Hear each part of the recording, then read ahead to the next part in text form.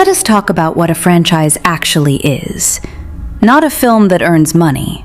Not a sequel that gets greenlit because the first one performed.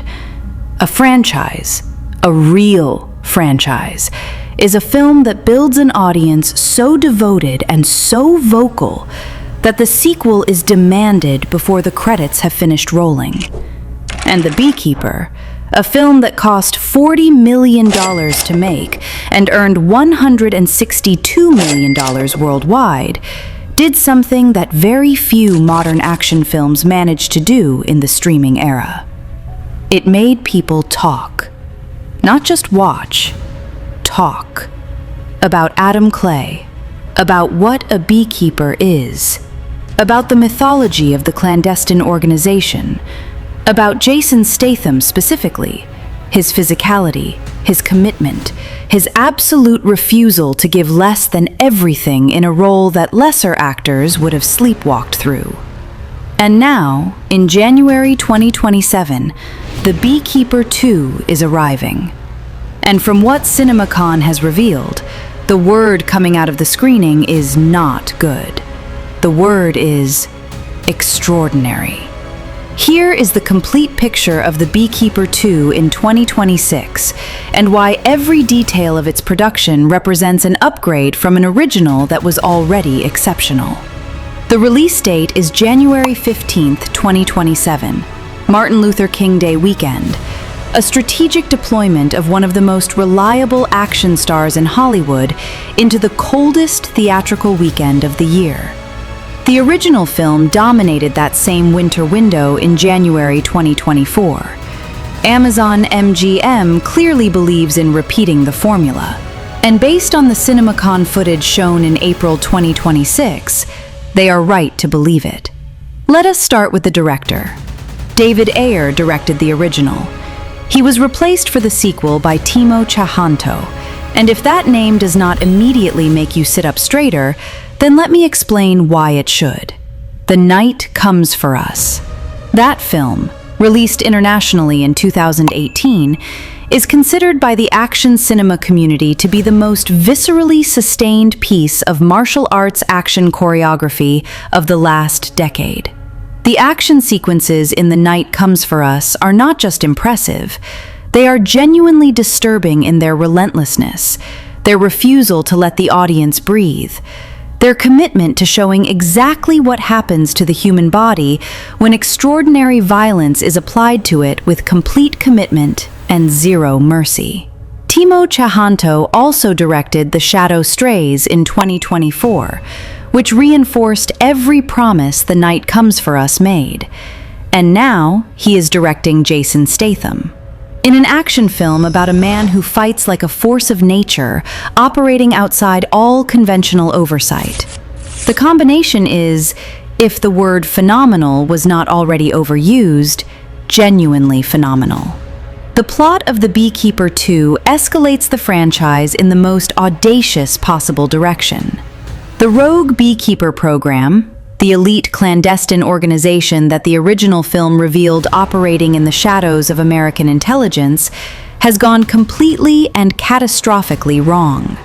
Former agents have gone rogue, and in their most spectacular act of institutional destruction, they have kidnapped the President of the United States. The Beekeeper program, the shadow operation built to protect what conventional oversight cannot, is now the greatest threat to the thing it was designed to protect. And there is only one former beekeeper who can stop it. Jeremy Irons, returning as former CIA Director Wallace Westwyld, delivers the line that crystallizes the mission with the specific economy of a man who has been performing dialogue with genius since the 1980s. You are the only one. Not the only beekeeper, not the only operative, the only one. The weight of that specificity is everything. Adam Clay is not being asked to do a job. He is being told that civilization itself has only one option left, and that option is him. The new cast additions are extraordinary and genuinely unexpected. Pom Klementieff, whose mantis from the Guardians of the Galaxy and whose villain turn in Mission Impossible Dead Reckoning Part 1 announced her as one of the most versatile and physically gifted action performers working in Hollywood, joins in a role whose allegiances the early footage suggests are genuinely uncertain. Yara Shahidi, in a complete genre departure from her previous work, joins a film that will introduce her to an action audience that has never seen her do anything like this before. And Adam Copeland, The Edge, the WWE legend, brings a physical presence to the ensemble that completes the franchise's tradition of casting genuinely imposing talent alongside Statham, rather than positioning him against smaller threats that diminish the stakes. The production itself was completed in November 2025 at Shepperton Studios in England. Filming began September 26th and wrapped November 29th, a disciplined 65-day schedule that Tjahjanto described as the most intensely choreographed production he has ever overseen.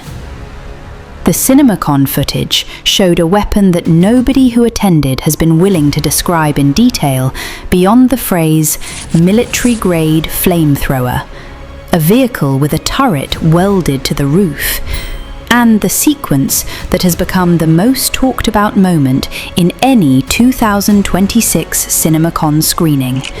Adam Clay opening a ceiling hatch and dropping an entire container of live bees into a locked room full of rogue operatives and walking away while nature handles the situation. The bees. He used the bees in a film called The Beekeeper. The thematic consistency alone deserves recognition. Amazon MGM paid over $50 million to acquire the worldwide rights to this film before a single frame was shot. They paid that number because they understood what the original film built. Not just an audience, but a mythology. The Beekeeper mythology, the coins, the hierarchy, the clandestine organization that operates above and below all conventional authority, is exactly the kind of franchise architecture that sustains itself across multiple films if the quality never drops. And with Timo Tjahjanto behind the camera, with a presidential kidnapping as the central conflict, with Pom Klementieff and Adam Copeland in the ensemble, and with Jason Statham at the absolute peak of his commercial power, the quality has not dropped. It has escalated. January 2027. The Hive mobilizes. The president needs saving. And the only person on Earth who can do both of those things simultaneously is currently covered in bees and not especially bothered about it.